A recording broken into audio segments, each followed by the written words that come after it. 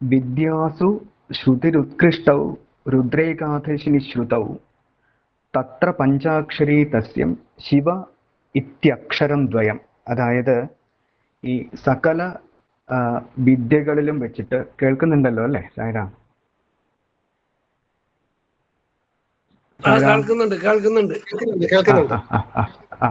Okay, connection ഒന്ന് പോയപ്പോ എന്താ പറയാ, റൂട്ട് ഒന്ന് മാറിപ്പോയി, സോറി. ഈ സകല വിദ്യകളിലും വെച്ചിട്ട് വേദം പഠിക്കുന്നതാണ് ഏറ്റവും വലിയ വിദ്യ എന്ന് പറയും.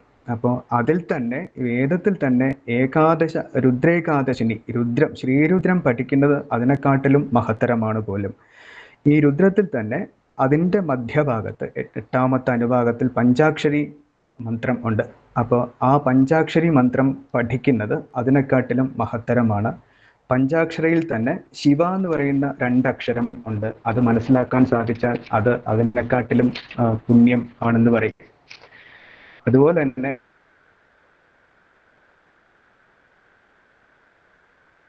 വേറൊരു ഭാഗത്ത് പറയുന്നു, നമകം ചമകം ചൈവ പുരുഷസ്തൂക്തം തഥൈവച്ച നിത്യം ത്രയം പ്രയുഞ്ജാനോ ബ്രഹ്മലോകേ മഹീയത്തെ.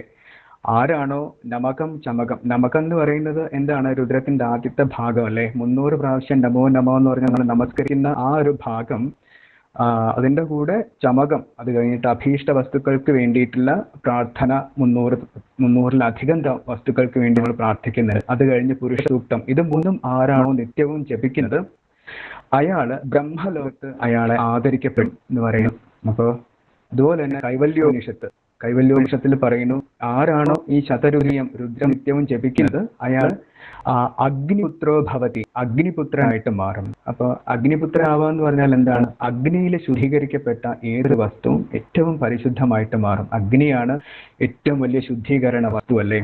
അപ്പോൾ അതിനകത്ത് തന്നെ പറയുന്നു, സുരാപാനം, മദ്യപാനം, ബ്രഹ്മഹത്യ, അതുപോലത്തെ പാപങ്ങളൊക്കെ നശിച്ച് ഒരാള് അഗ്നി പോലെ പരിശുദ്ധനായിട്ട് മാറുന്നതിനുള്ള ഒരു ഉപായം എന്ന് പറയുന്നത് ശതരുദ്രീയം, രുദ്രജപം ആണ് എന്ന് കൈവല്യോപനിഷത്ത് പറയുന്നു. ജാപാല ഉപനിഷത്ത്. അപ്പൊ ജാപാല ഉപനിഷത്തില് യാജ്ഞവൽക്യൻ, ഇത് വളരെ പ്രധാനപ്പെട്ട ഒരു പ്രസ്താവനയാണ്. യാജ്ഞവൽക്യ മഹർഷിയുടെ 40 ശിഷ്യന്മാരുണ്ടായിരുന്നു അദ്ദേഹത്തിന്. ഇപ്പൊ ഈ 40 ശിഷ്യന്മാരും കൂടി മോക്ഷപ്രാപ്തിക്ക് എന്താണ് മാർഗം, എന്താണ് ഈ സംസാര സാഗരം, നമ്മൾക്ക് ഈ ലോകത്ത് ജീവിക്കുക എന്ന് പറഞ്ഞാൽ വളരെ ബുദ്ധിമുട്ടാണല്ലേ? എത്ര ജന്മങ്ങളിലെ പാപങ്ങളുടെ ഫലം അനുഭവിക്കണം, എന്തെല്ലാം ദുരിതങ്ങളിലൂടെ കടന്നു പോകണം. അപ്പൊ ഇതിന്റെ ഇടയിലൊക്കെ നമുക്ക് ഈശ്വരനെ സ്മരിക്കാൻ പോലും സമയം കിട്ടിയെന്ന് വരില്ല. അപ്പോൾ അങ്ങനെയുള്ള ഈ ലോകത്ത് ജീവിക്കുമ്പോൾ മോക്ഷപ്രാപ്തിക്ക് എന്താണ് ഒരു എളുപ്പമാർഗം എന്ന് ആലോചിച്ച് ഇവര് പല ഗവേഷണങ്ങളിൽ ഏർപ്പെട്ടു, യാജ്ഞവൽക്യന്റെ ശിഷ്യന്മാര്. അങ്ങനെ അവസാനം ഉത്തരം കിട്ടാതെ അവർ ഗുരുവിന്റെ അടുത്ത് പോയി ചോദിച്ചു, എന്താണ് ഗുരു മോക്ഷപ്രാപ്തിക്ക് ഒരു മാർഗം എന്ന് ചോദിച്ചപ്പോൾ ഒട്ടും ആലോചിക്കാതെ യാജ്ഞവൽക്യ മഹർഷി പറഞ്ഞു, എന്താ പറയാ, ശതരുദ്രേണ, ഈ രുദ്രത്തിലൂടെ മാത്രമേ നിങ്ങൾക്കത് സാധിക്കൂ എന്ന് പറഞ്ഞു. അങ്ങനെ തുടർന്ന് നമുക്ക് പല ഉപനിഷത്തുകൾ, മഹാഭാരതത്തിലൊക്കെ പറയുന്നുണ്ട് പോലും, ഈ രുദ്രജപം പോലെ ശ്രുതികളിലും സ്മൃതികളിലും ഒന്നും എന്താ പറയാ നോക്കിയാൽ കിട്ടില്ല മോക്ഷപ്രാപ്തിക്ക് ഇതിനോളം, പരിശുദ്ധിക്ക് ഇതിനോളം പോകുന്ന ഒരു മാർഗം എന്ന് പറയുന്നത്. ഇപ്പൊ കൂർമ്മ പുരാണത്തിൽ പറയുന്നു, എന്താന്ന് വെച്ചാൽ ഈ സർവാംഗം ഭസ്മം പൂശിയിട്ടുള്ള രുദ്രനെ ധ്യാനിച്ചുകൊണ്ട് ആരാണോ ശതരുദ്രീയം ജപിക്കുന്നത് അയാളുടെ സകല കാര്യങ്ങളും ഭഗവാൻ നോക്കിക്കൊള്ളും, ഭഗവാൻ നിർവഹിക്കും എന്ന് പറയും. അങ്ങനെ പറഞ്ഞിട്ടുണ്ട് പോലും. അപ്പോൾ എന്താ പറയാ, ഈ കലിയുഗത്തില് ശിവശക്തി സ്വരൂപനായിട്ട് അവതരിച്ച് വേദം ഉദ്ധരിക്കാനായിട്ട് വന്നിട്ടുള്ള നമ്മുടെ ഭഗവാൻ നമ്മളോട് പറയുന്നു, ഈ നിങ്ങളുടെ ജീവിതം ഭദ്രമാക്കാൻ രുദ്രൻ ജപിച്ചാൽ മതി, രുദ്രൻ ജപിച്ച് നിങ്ങളുടെയൊക്കെ ജീവിതം ഭദ്രമാക്കൂ എന്ന് പറയും. സ്വാമി പറഞ്ഞിട്ടുണ്ടല്ലേ. അപ്പോൾ ആ രുദ്രം പഠിക്കാനായിട്ട് വന്നു ചേർന്നിട്ടുള്ള കാസർഗോഡിലെ ആളുകൾക്ക് ഭഗവാന്റെ എല്ലാ അനുഗ്രഹവും ഉണ്ടാവാൻ നമുക്ക് രുദ്രത്തിന്റെ ആദ്യത്തെ ഘട്ടത്തിലേക്ക്, എന്താണ് രുദ്രം, അത് പഠിച്ചാലുള്ള മെച്ചം എന്താണ് എന്നൊക്കെ ചെറുതായിട്ടൊന്ന് നോക്കാനുള്ള ഒരു ശ്രമം ആണ് നമ്മളിവിടെ നടത്തുന്നത് അല്ലേ. അപ്പൊ രുദ്രത്തിന്റെ സ്ഥാനം നമുക്കൊന്ന് നോക്കാം. അപ്പോൾ ലളിതമായ ഭാഷയിൽ പറയുകയാണെങ്കിൽ ഈ 4 വേദങ്ങളും പുസ്തക രൂപത്തിൽ ഇങ്ങനെ അടുക്കി വെച്ചിട്ട് നോക്കുകയാണെങ്കിൽ അതിൻ്റെ മധ്യഭാഗത്ത് നമുക്ക് കാണാൻ പറ്റുന്നത് കൃഷ്ണ യജുർവേദം എന്ന് പറയുന്ന ഒരു വേദം ആണ്. ഇപ്പൊ കൃഷ്ണ യജുർവേദത്തിന്റെ മധ്യത്തിൽ അതിൻ്റെ തൈത്തിരീയ സംഹിത എന്ന് പറയുന്ന ഒരു ഭാഗം കാണും.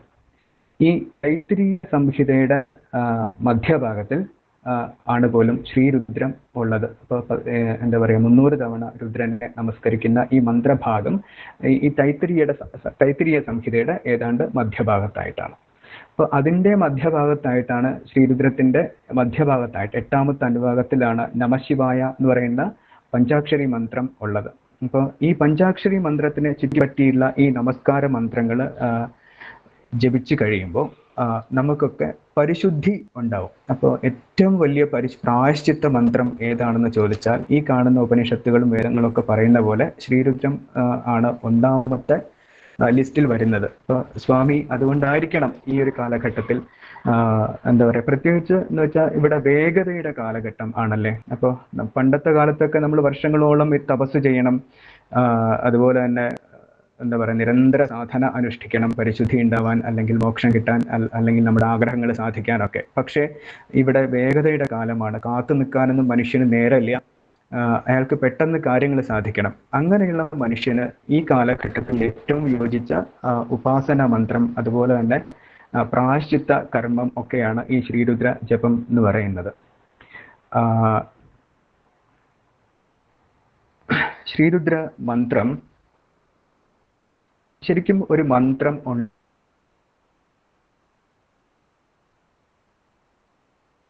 ഉണ്ടാകുന്നത് എങ്ങനെയാണ് നമ്മൾ മുമ്പ് സംസാരിച്ചിട്ടുണ്ടല്ലേ.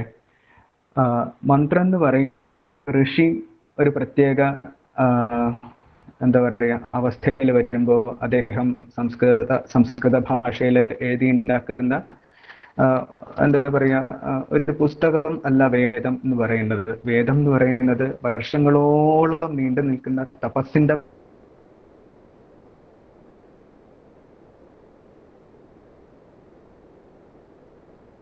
ഫലമായിട്ടാണ് വേദത്തിലെ ഓരോ മന്ത്രങ്ങളും ഓരോ ഋക്കുകളും ഉള്ളത്.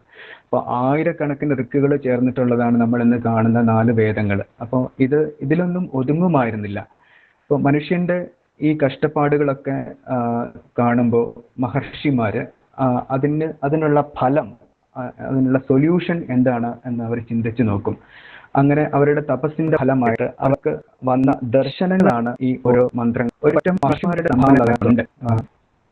ഭാവന ചെയ്ത ഋക്കുകളാണ് ഈ ശ്രീരുദ്ര മന്ത്രത്തിൽ നമുക്ക് മുഴുവൻ കാണാൻ പറ്റുക. കശ്യപൻ, ആത്രേയൻ, ഗൗതമൻ, കണ്വൻ, മരുത്വൻ, കാലഋഷി, ശംഭു ഋഷി, അരഥൻ എന്ന് പറയുന്ന ഇത്രയും 9 ഋഷിമാരും പിന്നെ ഭഗവാൻ രുദ്രൻ തന്നെയും ചേർന്നിട്ടാണ് ഈ രുദ്രത്തിലെ മന്ത്രങ്ങളൊക്കെ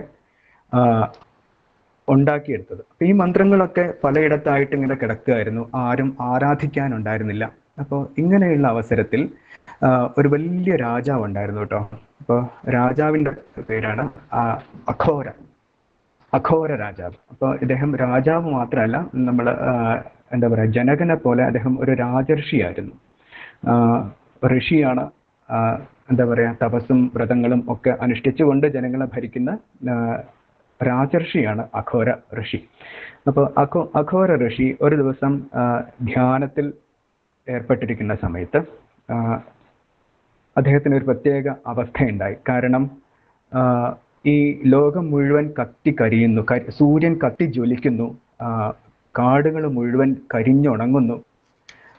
അതിനുശേഷം ഇദ്ദേഹത്തിന്റെ കൊട്ടാരത്തിനകത്ത് റാണിമാരൊക്കെ നെഞ്ചത്തടിച്ച് നിലവിളിച്ചുകൊണ്ട് കൊട്ടാരത്തിൽ നിന്ന് ഇറങ്ങി ഓടുന്നു. പശുക്കളൊക്കെ വിശന്ന് ചാവുന്നു, നദികൾ വറ്റി വരളുന്നു. എന്താണ് ലോകത്തിന് സംഭവിക്കുന്നതെന്ന് അറിയുന്നില്ല. അപ്പോൾ ഇങ്ങനെ ഒരു അവസ്ഥയിൽ അദ്ദേഹത്തിന് മനസ്സിലൊരു വെളിപ്പാടുണ്ടായി. ഇതാണ് നിന്റെ രാജ്യത്തിന് സംഭവിക്കാൻ പോകുന്നത്, ഇതിന് നീ പരിഹാരം കണ്ടുകൊള്ളുക എന്ന് പറഞ്ഞു. അങ്ങനെ ഈ അഘോര ഋഷി രാജ്യഭാരം ഒക്കെ മറ്റുള്ളവരെ ഏൽപ്പിച്ചിട്ട് തപസ് ചെയ്യാനായിട്ട് പോയി. അപ്പോൾ വർഷങ്ങളോളം നടത്തിയ കൊടിയ തപസ്സിന്റെ ഫലമായിട്ട് അഘോര ഋഷിയുടെ മനസ്സിൽ ഒരു മന്ത്രം വെളിപ്പെട്ടു. അപ്പോൾ അനുഷ്ഠു ഛന്ദസിൽ ഭഗവാൻ ശ്രീരുദ്രനെ നമസ്കരിച്ചുകൊണ്ടുള്ള ഈ 9 ഋഷിമാരുടെയും രുദ്രന്റെയും സംഭാവനകളായിട്ടുള്ള മന്ത്രങ്ങൾ ഓരോന്നും ഇദ്ദേഹത്തിന്റെ മനസ്സിൽ വരികയും അദ്ദേഹം അത് ഉറക്കെ പാടുകയും ചെയ്തു. അപ്പോൾ അതിനുശേഷം ഈ അഘോര ഋഷി തിരിച്ച് നാട്ടിലേക്ക് പോയപ്പം ഇദ്ദേഹം ധ്യാനത്തിൽ കണ്ട അതേ അവസ്ഥയാണ് അവിടെ കാണുന്നത്. രാജ്യത്തെ ഓരോ ജനങ്ങളും അങ്ങനെ മൃതപ്രായരായിട്ട് കിടക്കുകയാണ്, അസ്ഥികൂടങ്ങളായിട്ടിരിക്കുന്നു. ജീവൻ ഉണ്ടോ എന്ന് ചോദിച്ചാൽ ഉണ്ട്, ഇല്ല എന്ന് ചോദിച്ചാൽ ഇല്ല. അങ്ങനത്തെ ഒരു അവസ്ഥയിൽ ജനങ്ങൾ മുഴുവൻ കിടക്കുന്നു. പശുക്കളും മൃഗങ്ങളൊക്കെ ചത്തു കിടക്കുന്നു, നദികൾ വറ്റി വരണ്ട് കിടക്കുന്നു, കൊട്ടാരം ശൂന്യമായിരിക്കുന്നു. അപ്പോൾ ഈ ഒരു അവസ്ഥയിൽ അദ്ദേഹം കൊട്ടാരത്തിൽ ചെന്ന് ശ്രീരുദ്ര മന്ത്രം ജപിച്ചു പോലും. അന്നേരം അത് കേട്ട് ഈ എന്താ പറയുക, മൃതപ്രായരായിട്ടുള്ള ഓരോരുത്തരും ഉണർന്നെഴുന്നേറ്റു. അവരെയൊക്കെ ഇദ്ദേഹം ശ്രീരുദ്രം ജപിക്കാൻ പഠിപ്പിച്ചു. അങ്ങനെ സകല മനുഷ്യരും ശ്രീരുദ്രൻ ജപിച്ചുകൊണ്ടിരിക്കുകയും അങ്ങനെ രാജ്യത്തിന് പഴയ ഐശ്വര്യവും സമ്പൽ സമൃദ്ധിയും ഒക്കെ തിരിച്ചു വന്നു. എല്ലാവരും ആരോഗ്യവാന്മാരായിട്ട് മാറി. പശുക്കളൊക്കെ തടിച്ചു കൊഴുത്തു, പുഴകൾ ഒഴുകാൻ തുടങ്ങി. അങ്ങനെ സമ്പന്നമായ ഒരവസ്ഥയിൽ എന്താ പറയുക, ഈ യമലോകത്ത് ഒരൊറ്റ കുട്ടി പോലും ഉണ്ടായിരുന്നില്ല പോലും. കാരണം യമൻ എന്താ പറയുക, ലോകത്ത് പാപവും ദുരിതവും ഒക്കെ ഉണ്ടെങ്കിലാണ് യമലോകത്ത് ആളുകൾ ഉണ്ടാവുകയല്ലേ. പക്ഷെ ആ സമയത്ത് നരകം ശൂന്യമായിരുന്നു പോലും. അപ്പൊ അങ്ങനെ ഒരു കാലഘട്ടം ഉണ്ടാക്കിയെടുക്കാൻ, നമ്മുടെ ആപത്തിൽ നിന്ന് ജനങ്ങളെ ആ ഒരു തലത്തിലേക്ക് ഐശ്വര്യവും സമ്പൽ സമൃദ്ധിയും ഉണ്ടാവാൻ എന്താ പറയുക, പ്രാപ്തിയുള്ള മന്ത്രം ആണ് ശ്രീരുദ്രൻ എന്ന് പറയുന്നത്. അപ്പൊ ഈ ഒരു ഇന്നത്തെ ലോകത്തിന്റെ ഒരു അവസ്ഥ എന്ന് പറഞ്ഞാൽ നമുക്കറിയാം, ലോകത്തിന്റെ ഗതി എങ്ങോട്ടാണല്ലേ. സംസ്കാരം എന്ന് പറയുന്നത് നശിച്ച് ശൂന്യമായി കിടക്കുകയാണ്. ഈ കാലഘട്ടത്തിന്റെ ആവശ്യം ആണ് ശ്രീരുദ്രം നമ്മൾ പഠിച്ച് ജപിക്കുക എന്നുള്ളത്. അപ്പോൾ ഈ ഒരു അവസ്ഥയിൽ നമുക്കറിയാം, അതിരുദ്ര മഹായജ്ഞം ഒക്കെ ഏറ്റവും യോജിച്ച സമയത്താണ് പുട്ടപർത്തിയിൽ നടത്തപ്പെട്ടിട്ടുള്ളത്. പ്രത്യേകിച്ച് ഈ അനുഷ്ഠുപ് ഛന്ദസ്സിലുള്ള മന്ത്രങ്ങൾ എന്ന് വെച്ചാൽ മനുഷ്യന്മാർക്ക് പഠിക്കാൻ ഏറ്റവും യോജിച്ച മന്ത്രങ്ങളാണ്. അതൊരു ഒഴുക്കാണ്. നമുക്കറിയാം, ലളിതാ സഹസ്രനാമം, വാൽമീകി രാമായണം, ഇതൊക്കെ ഒന്നങ്ങോട്ട് തുടങ്ങി കിട്ടിയാൽ മതി. പിന്നെ അത് അവസാനിക്കുന്നത് ഏറ്റവും പൂർണ്ണമായ അവസ്ഥയിലായിരിക്കും. എന്താ വാൽമീകി മഹർഷിയുടെ നാവില് വെറുതെ ഇരിക്കുന്ന ഒരു സമയത്ത് വന്നതാണ് മാനിഷാദ പ്രതിഷ്ഠാം ത്വമഗമ ശാശ്വതി സമാഹ യക്രൗഞ്ച മിഥുനാദേക അവധി കാമമോഹിതം. ഈ വരി ഒന്ന് വായിലൊന്ന് വന്നിട്ടേ ഉള്ളൂ. പിന്നെ 24,000 ശ്ലോകങ്ങൾ രചിച്ചു കഴിഞ്ഞിട്ടാണ് ആ മന്ത്രം തീർന്നത്. അതാണ് ഈ അനുഷ്ഠുപ് ഛന്ദസിന്റെ ഒരു പ്രത്യേകത. ഛന്ദസ് എന്ന് പറഞ്ഞാൽ എന്താണെന്നറിയോ, ഒരു മീറ്ററാണ്. നമുക്കറിയാം, പാട്ടൊക്കെ ഉണ്ടാക്കാൻ രാഗം ഉണ്ടല്ലേ, അതേപോലെ പദ്യം നിർമ്മിക്കാൻ ഒരു മീറ്റർ ഉണ്ട്, അതിന് വൃത്തം എന്നൊക്കെ പറയും. അതേപോലെ മന്ത്രം മന്ത്രം നിർമ്മിക്കാൻ എടുക്കുന്ന ഒരു മീറ്ററിന്റെ പേരാണ് ഈ ഛന്ദസ് എന്ന് പറയുന്നത്.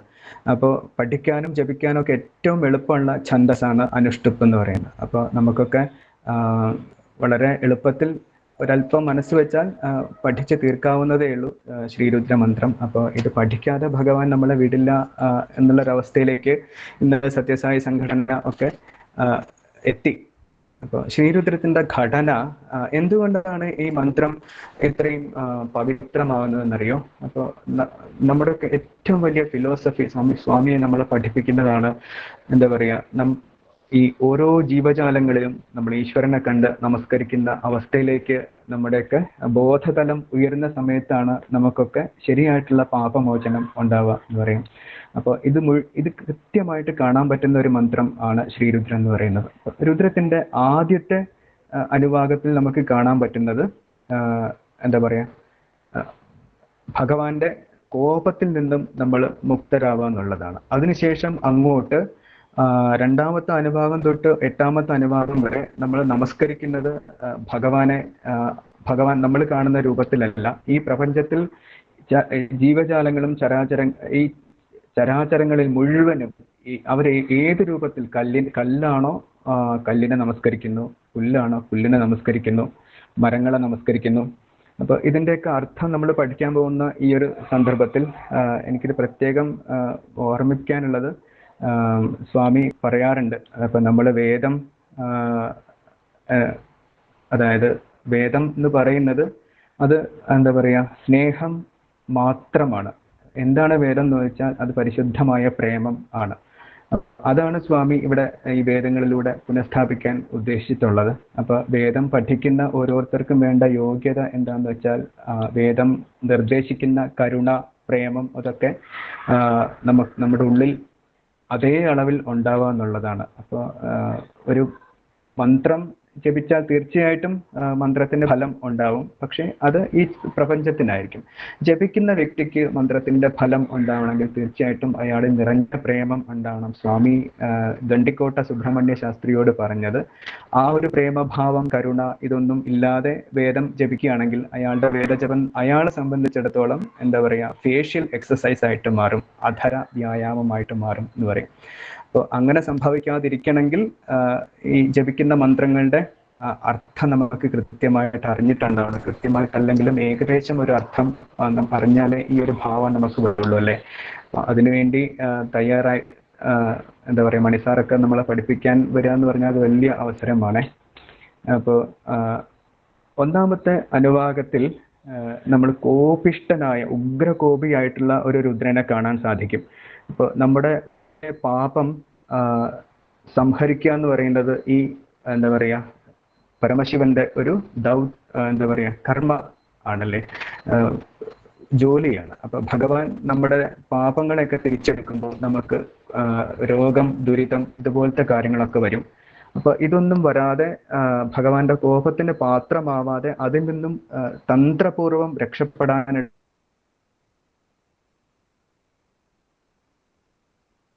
മന്ത്രങ്ങളാണ് ആദ്യത്തെ അനുഭാഗത്തിലുള്ളത്. അപ്പോൾ നമസ്തേ രുദ്ര മന്യവ, മന്യു എന്ന് പറയുന്ന വാക്ക് എന്താ പെട്ടെന്ന് വരുന്ന ഒരു കോപം ഉണ്ടല്ലോ, ചില എന്താ പറയാ മൂക്കത്ത് ചുണ്ടിയുള്ള ആളുകൾക്ക് അവർ ഒന്ന് തൊട്ടാൽ അവർ തിരിച്ചടിക്കും. അതേപോലെ കോപത്തിന് പറയുന്ന പേരാണ് ഈ മന്യു. അപ്പോൾ ഭഗവാൻ അങ്ങനെയുള്ള ആ ഒരു കോപത്തോടു കൂടി നമ്മളെ ഭഗവാൻ സമീപിക്കുകയാണെങ്കിൽ അങ്ങനെയുള്ള ഭഗവാനെ പ്രീതിപ്പെടുത്തി ആ കോപം ഒന്ന് തണുപ്പിച്ച് ഭഗവാന്റെ കോപത്തിന് മാത്രമാവാതെ രക്ഷപ്പെടാനുള്ള മന്ത്രമാണ് ശ്രീരുദ്രത്തിന്റെ ഒന്നാമത്തെ അനുഭാവത്തിലുള്ളത്. അപ്പോൾ അവിടെ ഭഗവാന്റെ ഇഷു അമ്പും വില്ലും ഏന്തിയിട്ടുള്ള ഒരു രുദ്രനെയാണ് അവിടെ കാണുന്നത്. അപ്പൊ ഇതൊന്നും പ്രത്യക്ഷാർത്ഥത്തിൽ ഇങ്ങനെയാണെങ്കിൽ പോലും പരോക്ഷമായിട്ട് ഭഗവാൻ ഇങ്ങനെ അമ്പും വില്ലും എന്നല്ല ധരിച്ചിട്ട് വരും. അതൊക്കെ ഭഗവാന്റെ സങ്കല്പമാണല്ലേ. ഇഷു ഉദോത്ത ഇഷവേ നമഃ, ഇഷു എന്ന് വെച്ച അമ്പ്. അപ്പൊ ഭഗവാന്റെ അമ്പ് എന്ന് പറയുന്നത് ഭഗവാന്റെ സങ്കല്പം തന്നെയാണ്. ആ സങ്കല്പം നമുക്ക് അനുകൂലമായിട്ട് വരിക. അപ്പൊ അതിനകത്ത് പ്രാർത്ഥിക്കുമ്പോൾ ഭഗവാനെ ആ അമ്പിന്റെ മുന ഒടിച്ചു കളഞ്ഞിട്ട് അത് താഴ്ത്തി, അത് ഒടിച്ചു കളഞ്ഞ മാത്രം പോരാ, അത് എൻ്റെ നേരെ കൊണ്ടുവരാതെ എൻ്റെ മുഖത്തിന് നേരെ പിടിക്കാതെ താഴ്ത്തി പിടിച്ചിട്ട് എൻ്റെ അടുത്തേക്ക് വരണേ. അപ്പൊ അങ്ങയുടെ കൈകൾക്കും ആ വില്ലിനും ഒക്കെ നമസ്കാരം. അങ്ങനെ ഭഗവാനെ നമസ്കരിച്ച് അങ്ങോട്ട് പ്രീതിപ്പെടുന്ന മന്ത്രം ആണ് ഈ ആദ്യത്തെ അനുഭാഗത്തിൽ മുഴുവൻ കാണാൻ സാധിക്കുക. അപ്പോൾ രണ്ടാമത്തെ അനുഭാഗത്തിൽ എന്ന് വെച്ചാൽ ഈ സകല ചരാചരങ്ങളിലും പ്രകൃതിയിൽ ഭഗവാനെ ദർശിച്ചിട്ട് പ്രകൃതി മുഴുവൻ നമുക്ക് അനുകൂലമായിട്ട് വരിക എന്നുള്ളതാണ്. അപ്പം അതിനുവേണ്ടി എന്താ പറയാ, പുൽക്കൊടി, സസ്പി, എന്താ പറയാ വൃക്ഷത്തിൽ ചുറ്റിയിരിക്കുന്ന വള്ളി, നദികൾ, എന്താ പറയാ പർവ്വതം, കാറ്റ്, ഇതൊക്കെ നമുക്ക് അനുകൂലമായിട്ട് വരാനുള്ള പ്രാർത്ഥനയാണ് രണ്ടാമത്തെ അനുഭാഗത്തിലുള്ളത്. അപ്പൊ ഈ ഒരു അവസരത്തിൽ എനിക്ക് പ്രത്യേകം ഓർമ്മ വരുന്നത്, ഞാൻ പണ്ട് ജോലി ചെയ്തിരുന്ന സമയത്ത് എൻ്റെ സീനിയർ ഓഫീസർ, അദ്ദേഹം ഒരു ക്രിസ്ത്യാനിയാണ്, ഫ്രാൻസിസ് സേവിയർ, വലിയ സയന്റിസ്റ്റ് ആണ്. അപ്പോൾ ഇദ്ദേഹം പക്ഷേ വേദം നമ്മളൊക്കെ പഠിച്ചതിനെക്കാട്ടിലും ഗംഭീരമായിട്ട് രുദ്രം പഠിച്ചിട്ടുള്ള ആളാണ്. ഇതെനിക്ക് അറിയില്ലായിരുന്നു. അപ്പോൾ ഒരു ദിവസം അന്നൊക്കെ ഞാൻ താമസിക്കുന്ന ക്വാർട്ടേഴ്സിൽ രുദ്രം പഠിക്കാനായിട്ട് കുട്ടികളൊക്കെ വരും. അപ്പൊ ഞാൻ പഠിപ്പിക്കുന്ന സാറ് നിശബ്ദമായിട്ട് വീക്ഷിക്കും.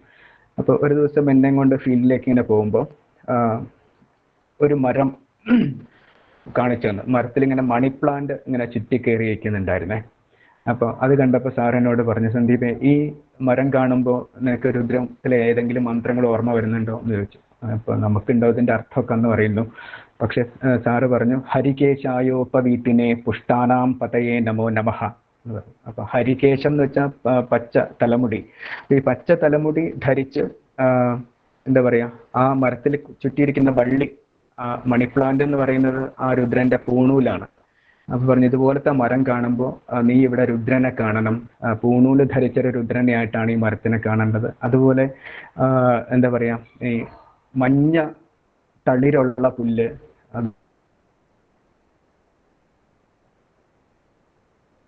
അതുപോലെ പച്ച തഴച്ചു നിൽക്കുന്ന പുല്ല്, ഇതിനൊക്കെ പ്രത്യേകം പ്രത്യേകം പറഞ്ഞിട്ട് നമസ്കരിക്കുന്നുണ്ട്.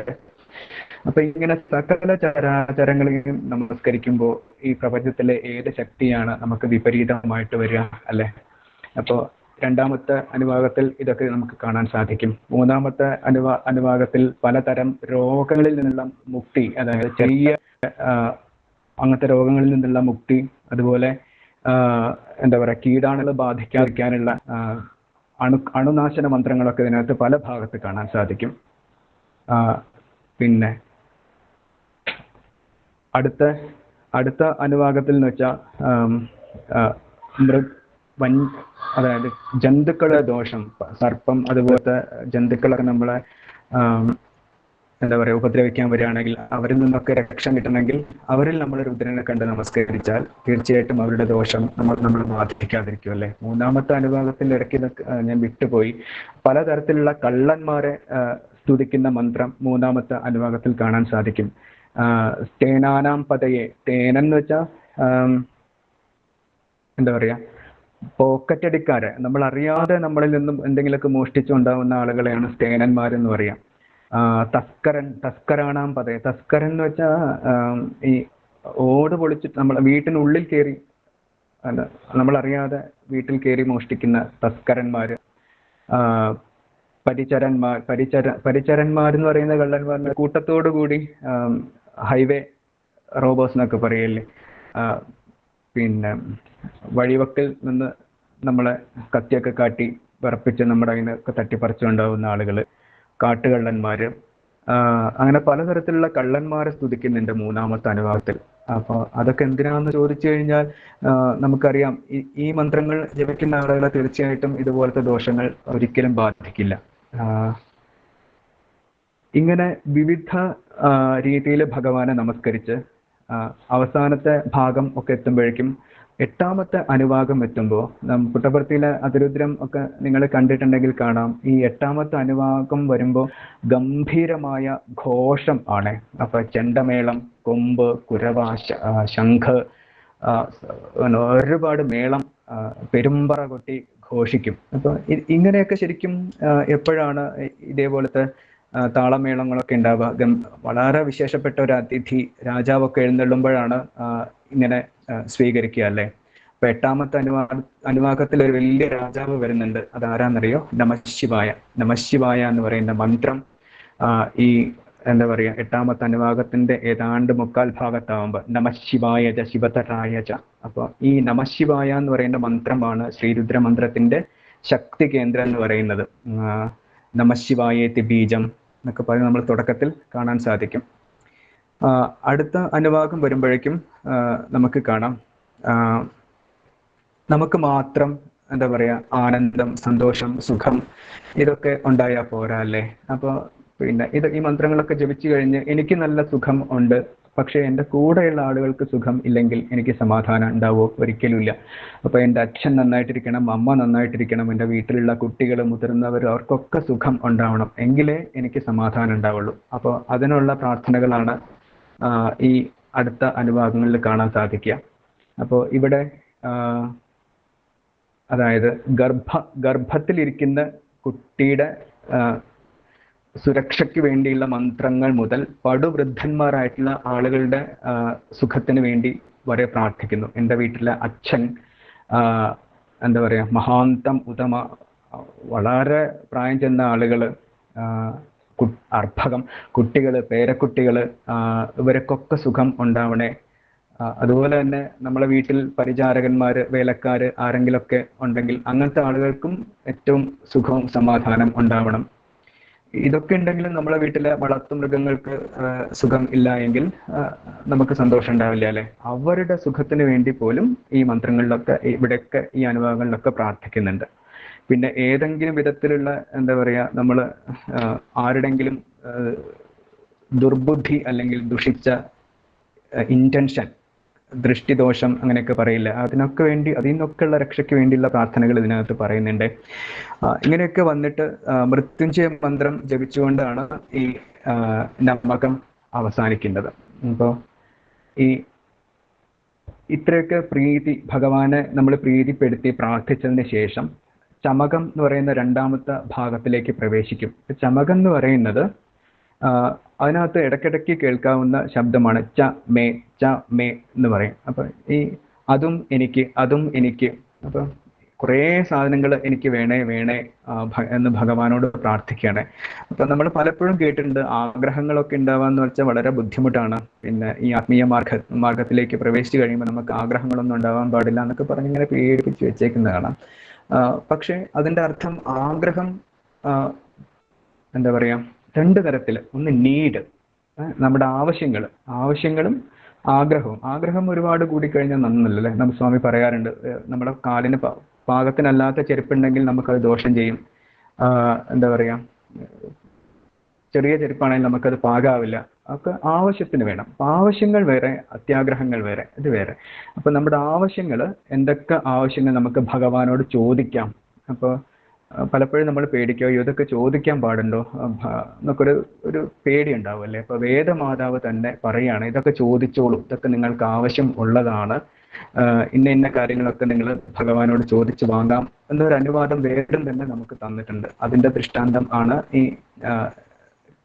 ചമകം എന്ന് പറയുന്ന ഈ രണ്ടാമത്തെ ഭാഗം. അവിടെ ഒരു മനുഷ്യന് എന്തൊക്കെ ആഗ്രഹിക്കാമോ അതൊക്കെ അവിടെ ചോദിക്കുന്നുണ്ട്. പക്ഷെ എന്താ പറയാ, സ്വാമി പറയുന്ന പോലെ പരിധി ഉണ്ടാവണമല്ലേ.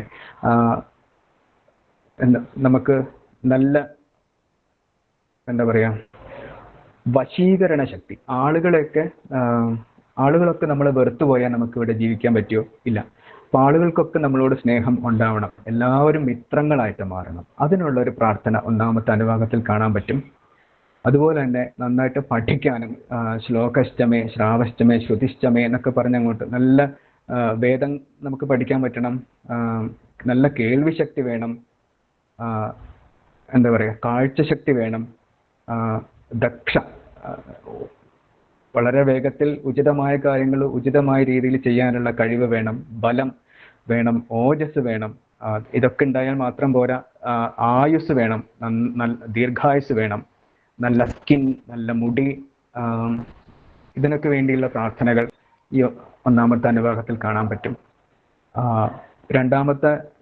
ചമകത്തിന്റെ രണ്ടാമത്തെ ഭാഗത്തിലേക്ക് വരുമ്പോൾ നമുക്ക് മേധാവിത്വം എന്നും എന്താ പറയാ, ഇങ്ങനെ അടിമകളായിട്ട് ജീവിക്കുന്നവരുടെ അവസ്ഥ എന്താണല്ലേ. അപ്പം അങ്ങനെയൊന്നുമല്ല, നമ്മൾ സമൂഹത്തിൽ പ്രതാപികളായിട്ട് മാറണം. അതിനു വേണ്ടിയുള്ള പ്രാർത്ഥനകൾ കാണാം. പിന്നെ എന്താ പറയാ, പ്രശസ്തി,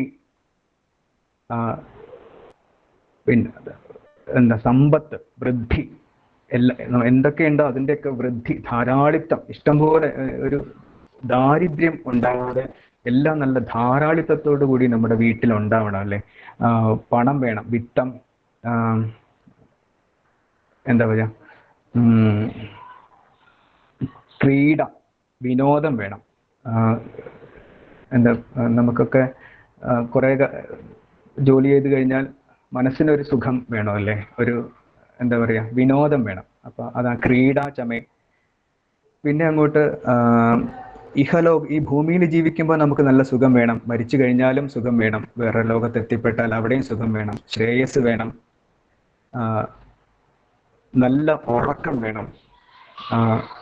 അതുപോലെ തന്നെ എന്താ പറയാ, നമ്മളൊക്കെ വയസ്സായി കഴിഞ്ഞാൽ, പ്രായമായി കഴിഞ്ഞാൽ നല്ല വാർദ്ധക്യം വേണം. അപ്പോൾ ചില സമയത്തൊക്കെ നമുക്ക് കാണാം, ചില പ്രായമായ ആളുകൾ കഷ്ടപ്പെടുന്നത് കാണുമ്പോൾ അയ്യോ, മക്കളുടെ ആട്ടും തുപ്പും കേട്ട് കഷ്ടപ്പെട്ട്, അങ്ങനെയൊന്നുമല്ല, നല്ല അന്തസ്സുള്ള വാർദ്ധക്യം വേണം. അതിനു വേണ്ടിയുള്ള പ്രാർത്ഥനകളുണ്ട്.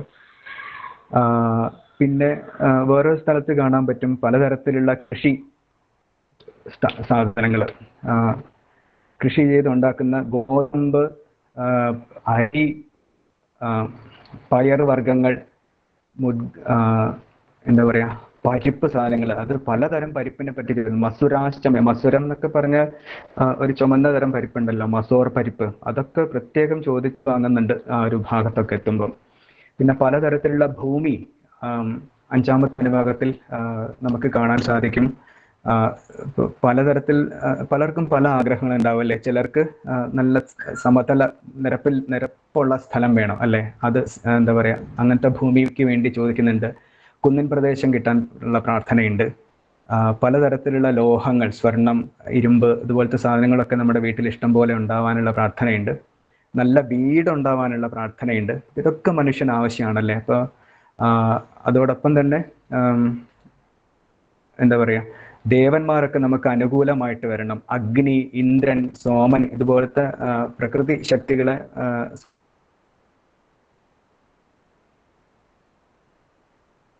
സൂചിപ്പിക്കുന്ന ദേവന്മാരൊക്കെ നമുക്ക് എപ്പോഴും അനുകൂലമായിട്ട് വരണം. പിന്നെ ഗ്രഹങ്ങൾ, നവഗ്രഹങ്ങൾ നമുക്ക് അനുകൂലമായിട്ട് വരണം.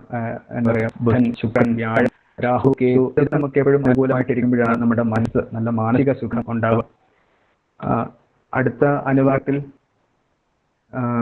എന്താ പറയാ, നമുക്ക് യാഗങ്ങളിലും യജ്ഞങ്ങളിലൊക്കെ നല്ല താല്പര്യം ഉണ്ടാവാനും അതൊക്കെ അനുഷ്ഠിക്കാൻ വേണ്ട പാത്രങ്ങൾ, ഇദ്മശ്ചമേ, ബർഹിശ്ചമേ, വേദിശ്ചമേ, യജ്ഞശാല നമ്മൾ ഉണ്ടാവണം. അവിടെ സ്വരവശ്ചമേ, ഉപരവാശ്ചമേ, ധിഷവണേചമേ, ദ്രോണകലശശ്ചമേ, ഇതൊക്കെ പൂജാപാത്രങ്ങളാണ്. അപ്പൊ ഇതൊക്കെ നമ്മുടെ വീട്ടിലുണ്ടാവാനൊരു പ്രാർത്ഥന. അപ്പോൾ നമുക്ക് ഭൗതികമായ സുഖ സൗകര്യങ്ങൾ ഉണ്ടായിട്ട് നമ്മൾ അതിൽ മതിമറന്ന് അങ്ങനെ ജീവിച്ചാൽ പോരാ. നമുക്ക് ആത്മീയമായ ഉന്നതിയും ഒക്കെ ഉണ്ടാവണം. അതിനു വേണ്ടിയിട്ടും ചമകത്തിൽ പ്രാർത്ഥനകളുണ്ട്. പിന്നെ അടുത്ത ഒരു 10ാമത്തെ അനുഭാഗം എത്തുമ്പോൾ പല പ്രായത്തിൽപ്പെട്ട പശുക്കൾക്ക് വേണ്ടിയുള്ള, പുരാതന കാലത്തൊക്കെ നമ്മുടെ സമ്പത്ത് എന്ന് വെച്ചാൽ പശുവാണ്. എത്ര പശുക്കളുണ്ടോ അതനുസരിച്ചാണ് ഒരാളുടെ പ്രൗഢി അല്ലെങ്കിൽ സമ്പത്ത് നിർണ്ണയിക്കുന്നത്. അപ്പൊ ധാരാളം പശുക്കൾ ഉണ്ടാവാനുള്ള പ്രാർത്ഥന. അതായത് കിടാവുകള്, കിടാരികള്, അതുപോലെ തന്നെ ഇത്തിരി മുതിർന്ന പശുക്കള്, ചെന പിടിച്ച പശുക്കള്, കറവ പശുക്കള്, കാളകള്, ഇതൊക്കെ ഉണ്ടാവാനുള്ള പ്രാർത്ഥനകൾ. അതൊക്കെ കഴിഞ്ഞിട്ട് ഏറ്റവും അവസാനം ഭഗവാനെ പല ദിക്കിലേക്ക്, സകല ദിക്കുകളിലും നോക്കി, ഓരോ ദിക്കിലും 10 തവണ നോക്കി നമസ്കരിക്കണം എന്നാ പറയാം. അങ്ങനെ നമസ്കരിച്ചുകൊണ്ട് ഈ മന്ത്രം അവസാനിപ്പിക്കും. അപ്പൊ ഇത്രയൊക്കെ എത്തുമ്പോഴേക്കും ആത്മാർത്ഥമായിട്ടാണ് നമ്മൾ ജപിക്കുന്നതെങ്കിൽ എന്താ പറയാ, നമ്മുടെ പരിശുദ്ധി ഒരു പ്രത്യേക നിലവാരത്തിലേക്ക് നമ്മുടെ മനസ്സും ശരീരമൊക്കെ എത്തിയിട്ടുണ്ടാകും. അപ്പൊ പിന്നെ എന്താ പറയാ, ആ ഒരു നമ്മുടെ പ്രാർത്ഥന ഭഗവാൻ കേൾക്കും. ഇതിൽ ഏറ്റവും യോജിച്ചത് നമുക്ക് വിധിച്ചിട്ടില്ലെങ്കിൽ കൂടി ഭഗവാൻ നമുക്ക് തരും. അപ്പൊ എനിക്ക് തോന്നിയിട്ടുണ്ട്, നമ്മളിങ്ങനെ ഭൗതികമായ പ്രാർത്ഥനകളൊക്കെ നടത്താമോ എന്നൊക്കെ തോന്നാറുണ്ട്. പക്ഷെ പുട്ടപർത്തിയിൽ പോയി അതിരുദ്ര മഹായജ്ഞത്തിൽ പങ്കെടുത്തതിന് ശേഷം ആ സംശയം പൂർണ്ണമായിട്ട് മാറി. കാരണം അവിടെ ഓരോ അനുഭാഗം ജപിക്കുമ്പോഴും നമ്മുടെ ഭൗതികമായ സുസ്ഥിതിക്ക് വേണ്ടിയിട്ടുള്ള ഈ ജീവിതം, ശരീരം കൊണ്ടുള്ള ജീവിതം നന്നാവണം അല്ലേ. അപ്പൊ അതിനു വേണ്ടിയുള്ള പ്രാർത്ഥനകൾ ഇഷ്ടം പോലെ, ഓരോ ദിവസവും 11 പ്രാവശ്യം 11 തരം പ്രാർത്ഥനകളാണ് അവിടെ സമർപ്പിക്കുന്നത്. അപ്പൊ ഈ ലോകത്തിലുള്ള എല്ലാ മനുഷ്യന്മാരുടെയും കഷ്ടപ്പാടുകൾ മാറിയിട്ട് അവർക്കൊക്കെ ലൗകികമായ സുഖം ഉണ്ടാവാനുള്ള എന്താ പറയാ, മന്ത്രങ്ങൾ ഈ രുദ്രത്തിൽ ഉടനീളം കാണാം. അതോടൊപ്പം അങ്ങനെയൊക്കെ ആകുമ്പോൾ തന്നെ മനുഷ്യന് എന്താ പറയാ, ഇതിന്റെ കൂടെ ആത്മീയമായ ഉന്നതിയും ഉണ്ടെങ്കിൽ മനുഷ്യന്റെ ജീവിതം സമ്പൂർണമായല്ലേ. കഷ്ടപ്പാടുകളില്ല, വേണ്ടത്ര ഐശ്വര്യം ഉണ്ട്, ഈശ്വരനെ പേടിയുണ്ട്, പാപഭീതിയുണ്ട്, ഭഗവാനോട് ഭക്തിയുണ്ട്, യാഗങ്ങളും യജ്ഞങ്ങളൊക്കെ അനുഷ്ഠിക്കാനുള്ള ബുദ്ധിയും സന്നദ്ധതയും ഉണ്ട്. അങ്ങനെയാണെങ്കിൽ ഈ ലോകം എത്ര ഭംഗിയായി തീരുമല്ലേ. അപ്പോൾ അതിനുവേണ്ടി ആയിരിക്കണം ഭഗവാൻ ആ ഒരു അവസ്ഥയിലേക്ക് നമ്മുടെ ലോകത്തിനെ മുഴുവൻ എത്തിക്കാനായിരിക്കണം എല്ലാവരും രുദ്രം ജപിക്കണം എന്ന് സ്വാമി നിർദ്ദേശിച്ചിട്ട് പോയത്. സ്വാമി തുടങ്ങി വെച്ചിട്ട് പോയി അല്ലെ. സ്വാമിയുടെ 100ാമത്തെ ഒരു ജന്മദിനത്തിനോട് അടുത്ത് വരുമ്പോഴേക്കും ഓരോരുത്തരും രുദ്രം ജപിക്കുന്ന ഒരു അവസ്ഥയിലേക്ക് എത്തിക്കൊണ്ടിരിക്കുകയാണ്. അപ്പൊ നമ്മളും അതിലേക്ക് ഒരു കാലെടുത്ത് വെച്ച് കഴിഞ്ഞു. എല്ലാവർക്കും ഏറ്റവും ഭംഗിയായിട്ട് ശ്രീരുദ്രം പഠിക്കാനും, പഠിച്ചാൽ മാത്രം പോരാ, സ്വാമി പറയാറുണ്ട്, വേദം എന്ന് പറയുന്നത് ഒരു ജപം അല്ല, അത് ലൈഫ് സ്റ്റൈൽ ആണെന്ന് പറയും. പഠിക്കുന്നത് നമ്മുടെ ജീവിതത്തിൽ അനുവർത്തിക്കപ്പെടുകയും വേണം അല്ലേ. അപ്പൊ എല്ലാവരെയും നമസ്കരിക്കുന്നു എന്ന് ജപിച്ചാൽ മാത്രം പോരാ, എല്ലാവരിലും ഈശ്വരനെ കാണാനും അതുവഴി ലോകത്ത് സമാധാനം സ്ഥാപിക്കാനും നമുക്കൊക്കെ സാധിക്കട്ടെ. അതിനുവേണ്ടി ഭഗവാന്റെ എല്ലാ അനുഗ്രഹവും ഉണ്ടാവട്ടെ. കാസർഗോഡ് ഇങ്ങനെ രുദ്രമയമായി മാറട്ടെ എന്ന് ആശിച്ചുകൊണ്ട് പ്രാർത്ഥിച്ചുകൊണ്ട് എല്ലാവർക്കും സായിറാം.